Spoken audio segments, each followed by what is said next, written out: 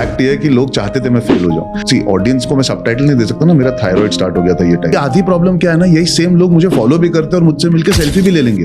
That was the worst phase of my career. और क्यों चाहते थे लोग फेल हो जाऊं? It's easy dart board to throw your darts on ना। कई बार क्या होता है ना, लोगों का रिएक्शन आता है मेरे सरनेम से, मेरे पर्सनल लाइफ से, and the lack of films panning out. And the feeling being that he doesn't like working, he doesn't care about working, he's not interested, and he doesn't deserve to be an actor. There was a very heavy sentiment created like that because films didn't pan out. And the physicality that I struggled with for a long period of time in the middle of my career, which happened because of something that I spoke about very recently. See, audience को मैं subtitle नहीं दे सकता ना, मेरा thyroid start हो गया था ये time पे. या मैंने पूरी कोशिश की, लेकिन डायरेक्टर प्रोड्यूसर ये फिल्म को इस तरह देख रहे थे, जब मैंने स्क्रिप्ट पढ़ी थी ऐसे थी पर शूट ऐसे हुई. या मैंने एक फिल्म की थी जो एक्चुअली अच्छी थी, लेकिन उस टाइम पे कोविड आ गया. हम सब we can not give explanations behind the films not working and panning. Narrative बनता चला गया. अच्छा देख, जब सोशल मीडिया की शुरुआत थी ना, नैरेटिव्स इतने वैल्यूएबल नहीं थे. It was all over the place. तो आप इतने मायने नहीं देते थे. थॉट क्या था, काम करो, पिक्चर चलेगी, सब अपने आप समझ जाएंगे. अब वो अफसोस की बात यह है मेरे साथ कि जब नैरेटिव बिल्डिंग स्टार्ट हुआ, जब सोशल मीडिया कल्चर एलिवेट हुआ हिंदुस्तान में, और ये शब्द नेपोटिज्म वगैरह जब एड ऑन हुए, that was the worst phase of my career. तो क्लिकबेट कल्चर में मैं बहुत इजी सॉफ्ट टारगेट बन गया बिकॉज मेरी फिल्में नहीं चली. तो क्या हुआ ना, मेरे पहले 5 साल करियर के डिलीट हो गए.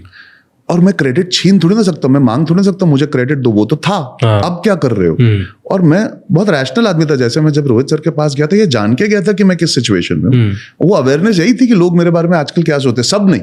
सी there is a huge, I feel you can not get this kind of love if people are not cheering for you in the sidelines. But audience जो थिएटर जाती है वर्सेस जो सोशल मीडिया पे narrative और culture create होता है, उसमें फर्क है बहुत. बट इनको ठीक रखना या इनको कायदे में रखने के लिए ये बहुत जरूरी है. अगर मेरे पास ये नहीं है, और ये आता इसलिए नहीं है कि मैं अर्जुन कपूर हूं या मैंने फलाना ढिमकाना कर दिया. ये फिल्म अच्छी होगी तो ही आता है. फिल्म चलती है, एक हद तक चले या बहुत ज्यादा चले, फिल्म अगर चलती रहेगी तो ये नैरेटिव आप कहीं ना कहीं आप नजरअंदाज करके आगे बढ़ सकते हैं. जब ये डिमिनिश होते चले जाता है और अपॉर्चुनिटीज भी कर्टेल होना चालू हो जाती है, ये अपने आप एक बढ़ते चले जाता है. And then it becomes a shadow that lurks on you even when people want to give you a chance and benefit a doubt. It's easier to put you in a certain category. कि यार internet पे तो तुम्हारे बारे में ये बोल रहे हैं, ये इस टाइप का. तो आपकी पर्सनालिटी एक्चुअली नैरेटिव से शिफ्ट हो जाती है. In the sense, you might be a person who's working hard and trying your best. Perception is the new reality, right? It's the new currency. आप आज हवा बनाओ अपने बारे में और वो हवा का रुख बदल जाता है. ये अगर 3 साल पहले तेरे साथ इंटरव्यू करता ना, तो बोलते यार ये बातें तो अच्छी करता है लेकिन इसके काम में तो नजर नहीं आता.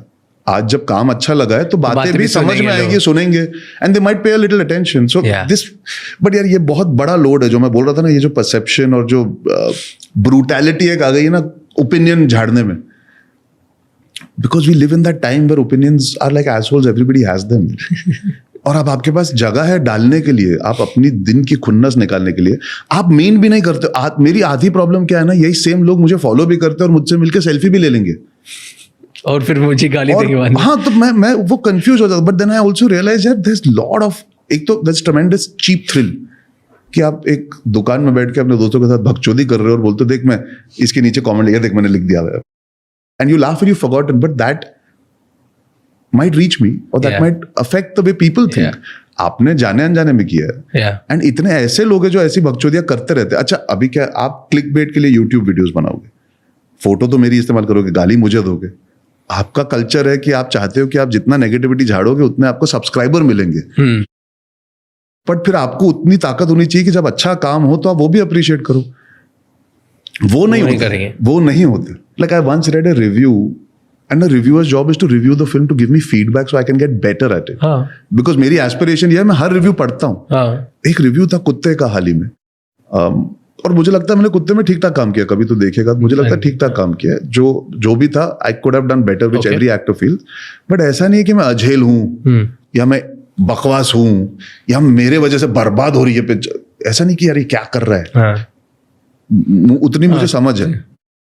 उसने रिव्यू में लिखा है वो लड़की ने, he should not be an actor and go and pursue something else. That is not criticism, that is a fucking opinion.